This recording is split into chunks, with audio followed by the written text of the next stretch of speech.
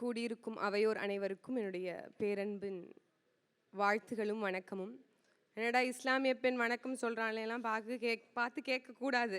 ஏன்னால் வணக்கம் என்றால் வெறும் ஒரு தனிநபரை வணங்குவது மட்டுமல்ல, அதை இணக்கம் கொள்வோம் என்றும் பொருள்படும் காரணத்தினால நான் வணக்கம் சொல்லி தொடங்குறேன். ஐபிசியின் த பொலிட்டிக்கல் வாய்ஸ் நிகழ்ச்சிக்கு என்னுடைய பாராட்டுகளும் வாழ்த்துகளும். எனக்கு வாய்ப்பளித்த சகோதரர் ஜெயலானி மற்றும் ஐபிசி தொலைக்காட்சிக்கும் என்னுடைய வாழ்த்துகள். 2026 தேர்தல் மாற்று கட்சிகளுக்கு இடமில்லையா, மாற்று சக்திகளுக்கு இடமில்லையா?